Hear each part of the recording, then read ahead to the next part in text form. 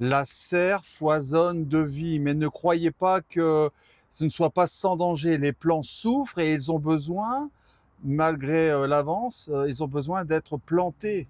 Et ça, c'est vraiment très très problématique pour moi. Pareil, on a d'autres phénomènes qui se passent. Les abeilles sont en foufelle, elles sont hystériques. L'été est là, ce n'est plus le printemps. C'est le printemps d'une manière, on va dire, calendaire, oui, sur le calendrier.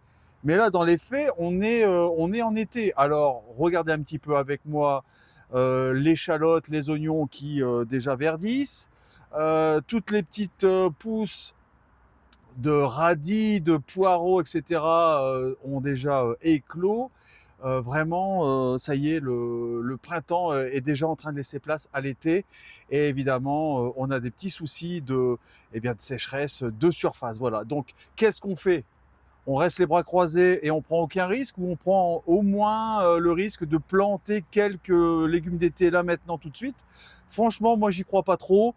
Il fait tellement chaud depuis des mois, il y a tellement peu d'eau que les seins de glace, à part un peu d'eau, voilà, j'imagine pas des -10 dans la nuit, c'est pas possible.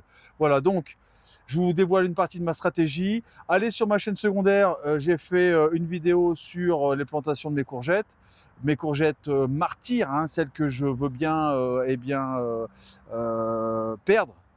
Évidemment, d'autres, je me refuse à les perdre et on va prendre un peu plus notre temps. Voilà. Allez, c'est parti, on y va, je vous montre tout ça en images. Donc dans la vidéo de la chaîne secondaire, on a planté ici des haricots et ici des carottes. Alors on va remettre, comme ici, un voile de forçage et on va l'imbiber d'eau. Regardez un petit peu tout ça, regardez, ça y est, on voit du vert. Ce n'est plus que de la terre, pas seulement de la terre. Bientôt, on aura de la verdure et un couvert végétal. Pareil, les échalotes sur butte commencent à voir le jour. Alors, moi, tout de suite, là, maintenant, j'ai envie de vous faire découvrir ce qu'il y a en dessous. Je vois des petites choses et puis j'ai fait des bêtises. Regardez, le vent a déplacé le voile.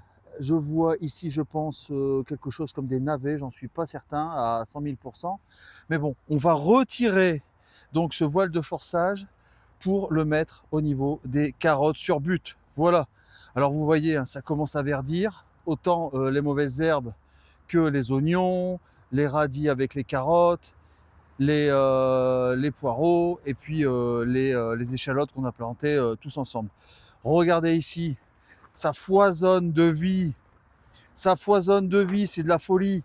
Mais regardez, on a les courges spaghetti qui sont en souffrance, il n'y a pas assez de nutriments dans leur terreau, il y a trop de soleil, enfin voilà quoi, ça va pas, il faut faire quelque chose, voilà. Donc autant pour les tomates, c'est la cata, parce que bah, regardez, la troisième et quatrième feuille n'apparaissent toujours pas quasiment. Je vois peut-être quelques-unes, mais vraiment, on a un retard phénoménal. Mais bon, c'est pas grave. Mais quand je vois mes maïs tout jaunes comme ça, et mes courgettes, mes courges, pardon, spaghettis jaunes comme ça, je me dis que bah il faut passer à l'action, hein, il n'y a pas. Donc on va peut-être, c'est pas peut-être, on va les planter en partie aujourd'hui. Oui, aujourd'hui. Mais avant, je vous montre un petit peu bah, les résultats qu'on a obtenus grâce au voile de forçage et à la protection solaire et protection aussi du froid. Allez, on y va. Allez, dans un premier temps, avant de commencer les plantations, on va simplement retirer ce voile de forçage. On l'avait mis courant, courant mars, début avril, il me semble.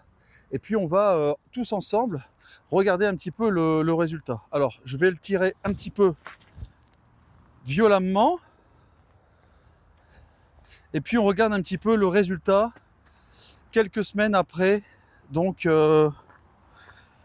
la plantation et on voit ce que ça donne. Allez, c'est parti. Alors ici on avait vous voyez, des betteraves. Eh bien les betteraves elles sont levées, magnifiques. Mais alors, levées de chez levé, hein, regardez. Regardez un petit peu. Et ici, on a à la fois du radis et des carottes. Là, je vois par exemple une petite carotte. Donc, là aussi, ça lève. Les carottes, ça marche. Allez, pareil, regardez. On a nos navets qui sont poussés. Enfin, vraiment, c'est génial.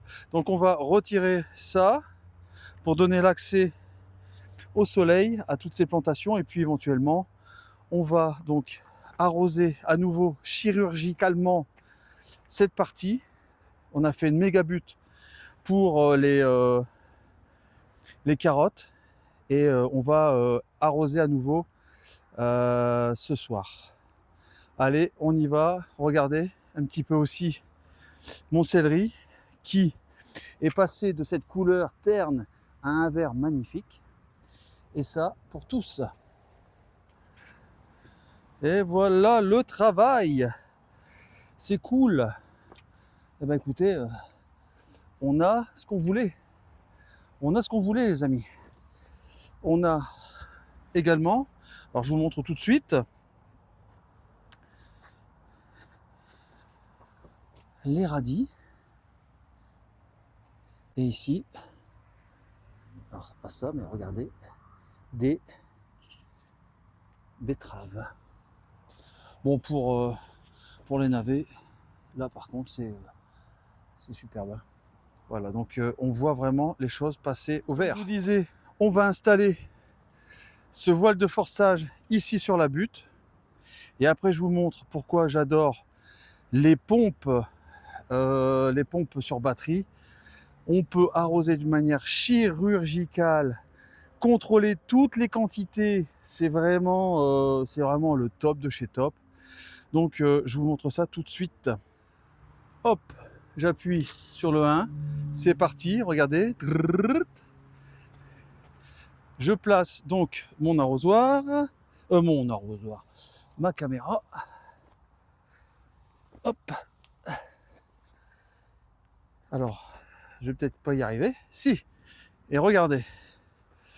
Donc là, je choisis un G.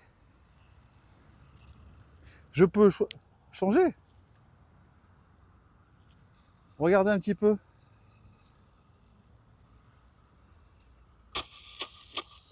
Je peux mettre quelque chose de plus comme je veux. Regardez un petit peu. Et là, on imbibe gentiment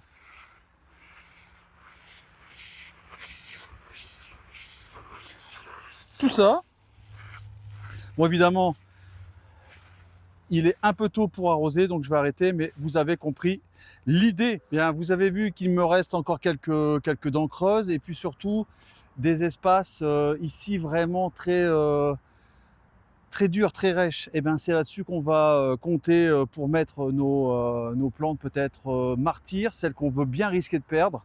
Donc là, on va derrière, là-bas, on va mettre nos courges spaghetti, en espérant qu'éventuellement elles puissent prendre appui après sur le petit grillage, et comme ça on va gagner en place. Évidemment, à ça on va coupler nos jeunes maïs. Alors, vous l'avez vu, j'ai des maïs tout verts qui ont été plantés 15 jours après, et que eux on va pouvoir mettre vraiment à une période ultra propice.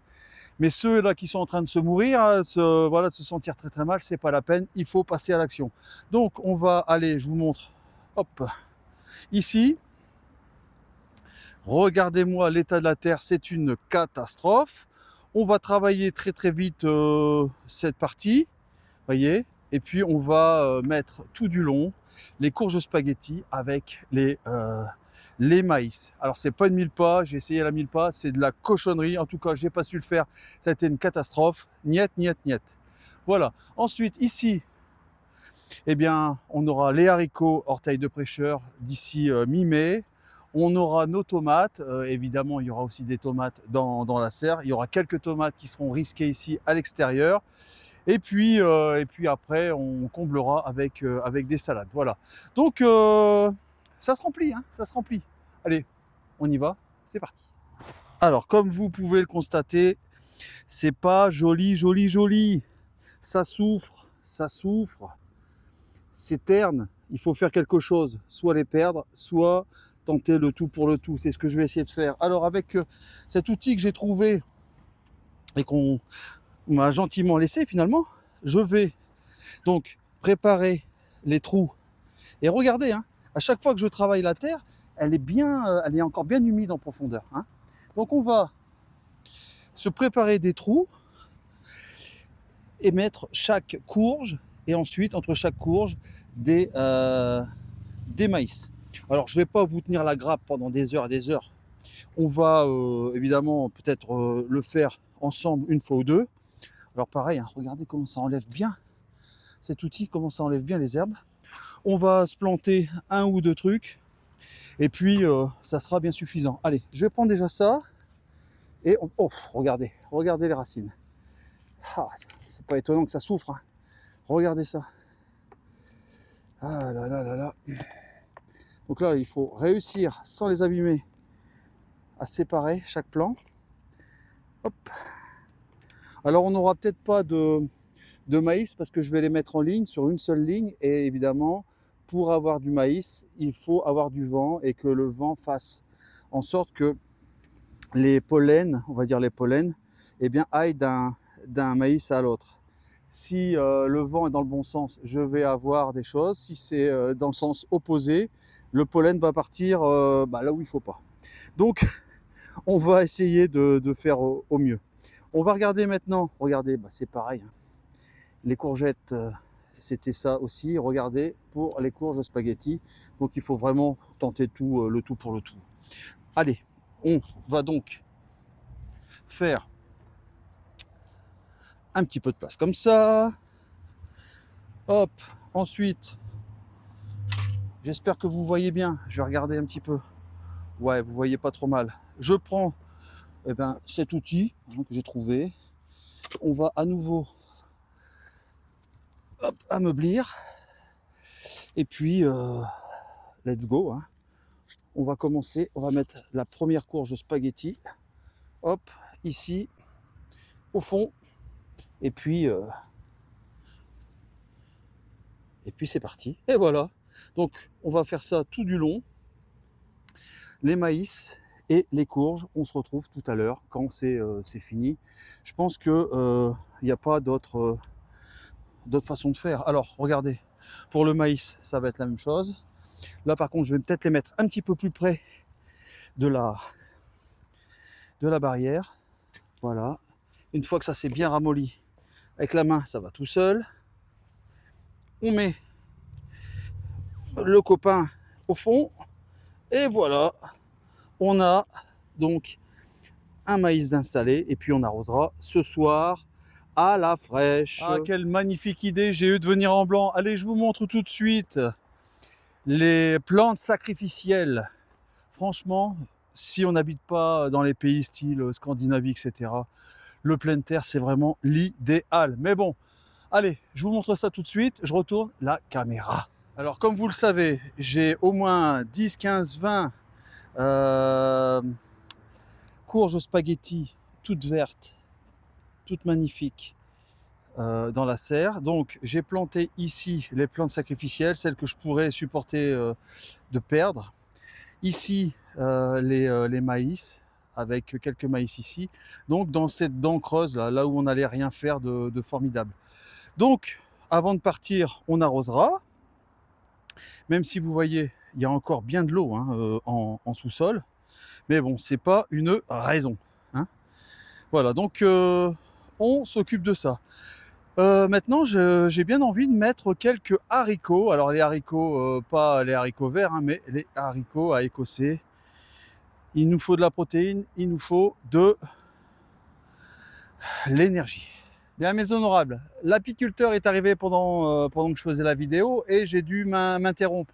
Alors regardez, en prime, j'ai été piqué. Heureusement, alors je ne sais pas si c'est une vérité, mais dès que j'ai été piqué par une abeille, j'ai tout de suite mis la flamme d'un briquet dessus pendant quelques secondes, une fois, deux fois, trois fois, et effectivement, la douleur s'est estompée très vite, et puis le gonflement aussi. Mais bon, j'ai pas pu faire ce que je voulais au jardin. Donc les plantations pour aujourd'hui, c'est terminé. On va procéder à l'arrosage de ce qu'on a implanté au jardin aujourd'hui, c'est-à-dire le maïs turc avec les courges spaghetti. On va hydrater toutes nos plantations, et puis on se donne rendez-vous pour eh bien, sur la chaîne secondaire pour eh bien, les vidéos apiculture, et pour la poursuite des plantations de mes semis, de courgettes, etc., etc., etc. Mais ça, on va se donner du temps. On va se donner du temps. Jean-Marc m'a envoyé un message, il m'a dit, moi, les haricots verts, c'est dans 15 jours minimum. Bon, bah moi, je me suis tenté une petite ligne. Allez voir sur ma chaîne secondaire ce que j'ai fait. Voilà. J'ai pas sacrifié toutes mes graines, mais un petit peu quand même. Voilà. Donc avec, vous voyez, une bonne couverture de terre, une belle épaisseur, plus ça, j'ai bon espoir que ça tienne pour ce début de mois de mai. Voilà.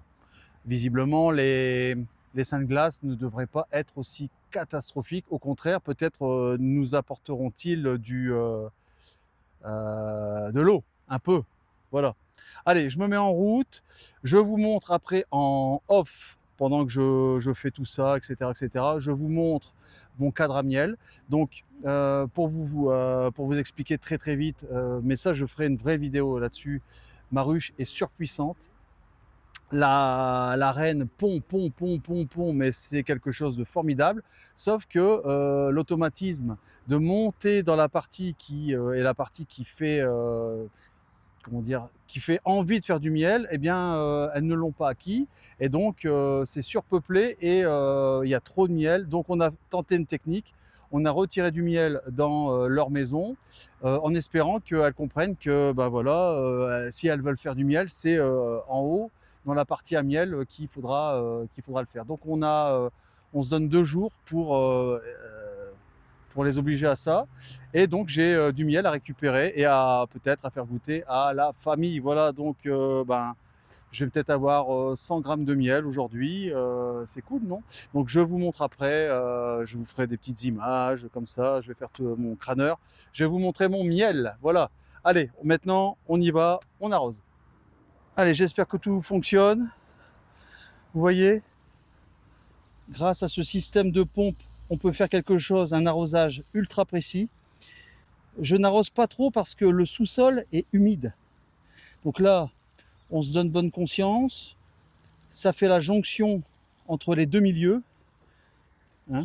Alors si je veux, je peux mettre quelque chose de plus puissant. Hein. Voilà. J'ai le choix.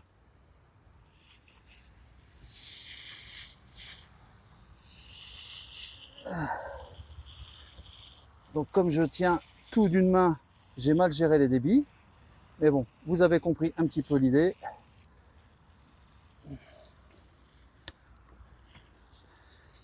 Ni trop ni trop peu, ce qu'on veut, c'est faire la jonction entre le milieu,